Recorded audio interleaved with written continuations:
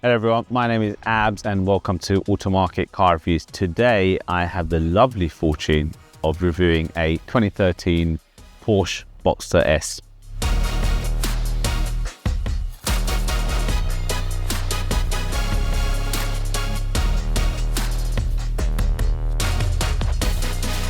A 2013 Porsche Boxster S. This is the 981 shape.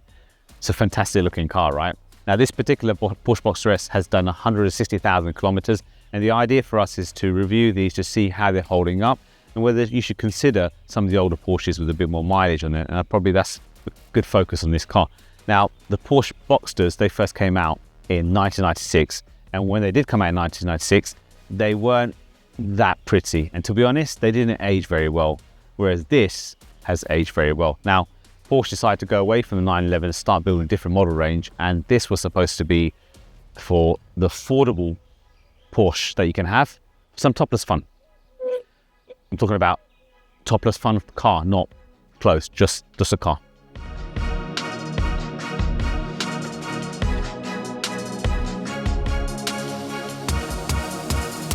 The exterior of the 918 Porsche Boxster is absolutely gorgeous, and honestly in 2025 this car looks still very modern. Now I can't say that for the previous generation of the Boxster, even the Cayman, actually some of the older Porsches, the age starts to look, old, whereas this one, even in 2025, it still looks modern. In fact, if you saw anybody driving this and he wasn't a car person, you'd think it's a brand spanking new car.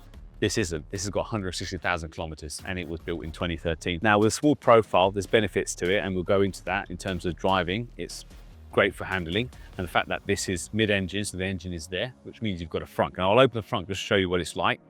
In terms of storage, there's actually a decent amount of space. So you've got a decent amount of space. I'm not putting any kids in this time, to put a load of stuff inside here and store if you're going to be going away, which for a practical sports car is pretty good, right? Now, side profile is probably one of the best in terms of how the body language of Porsche smoothly runs along. So you can see it's all very well put together. Everything matches really nicely and flows really, really well. They've done a really good job on that as well. And underneath here is where the engine is. Yep, 3.4 litre flat six right about here, right behind your head. It's fantastic, it's amazing. And this is what I love about having a mid-engine car. You've got a boot in the back as well. And actually, considering the profile of the car, you've actually got a decent amount of space. And actually, in fact, you can get some more stuff in here, so it's not limited just to that, which is fantastic. Who says you can't have a practical convertible? You just got to buy a Boxster S. The other thing that I absolutely love is the way that this profile comes around the back here. It's a nice wide arch. It flows really well, and you've actually got lovely set of exhausts here, not OEM, this is modified, and the owner loves modifying things, so you've got a few bits on here that are modified, but it is such a gorgeous looking car. Even from this back angle, it looks amazing.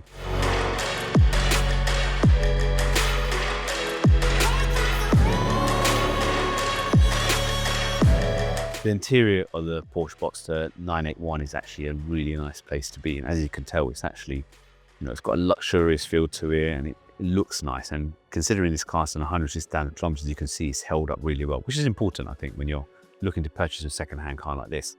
The older ones were terrible, so I'm really happy to see such a huge improvement that Porsche have done. They've invested their time and effort trying to build something that is down the luxury end of the market. And considering how much these cost new, I'd expect it to be good. Now, this red interior, initially I thought, I don't know, but I absolutely love it. It works really well with the exterior as well. The owner has upgraded this steering wheel, so it's a little bit more modern. I think the buttons are slightly different on this one, and they do actually function. They work completely fine. He did mention that the speakers on this car were absolutely terrible, so he's actually upgraded speakers in there, which is a shame. I would have thought it'd come from the factory, with a really good set of stereos on it, or at least decent speakers. He's changed the head unit, and the main reason why he's done that because he wants Android Auto and Apple CarPlay, which he didn't have in 2013, which I kind of expect, quickly fine.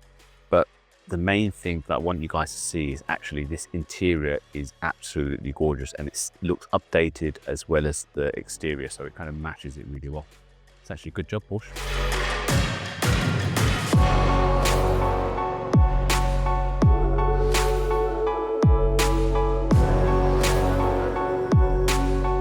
Okay, we'll start with the stats first, and then I'll go through what it's like to drive. This is a 2013 Porsche Boxster S. This has 350 brake horsepower, 266 foot-pounds of torque. 0 to 100 kilometers an hour is approximately 4.8 seconds, and it's got a top speed of 173 miles per hour. So when I said 4.3 seconds, you're probably thinking, hold on a minute, that's not that fast, is it? Correct. It's quick. Don't get me wrong. It is a quick car, but it's not a 911 Turbo S or anyway. Oh, to be honest, it's not like driving a naturally turbocharged car. It's a naturally aspirated. It's a completely different type of driving. And the main thing is this car is a mid-engine car, and that's the biggest selling point. The engine is sitting literally right behind me. If there was an access panel, I could literally touch the engine. And although it's right behind me, and you can hear it and you can kind of feel that it's right behind me, it's not that noisy or anything like that, sort of driving from a day-to-day perspective.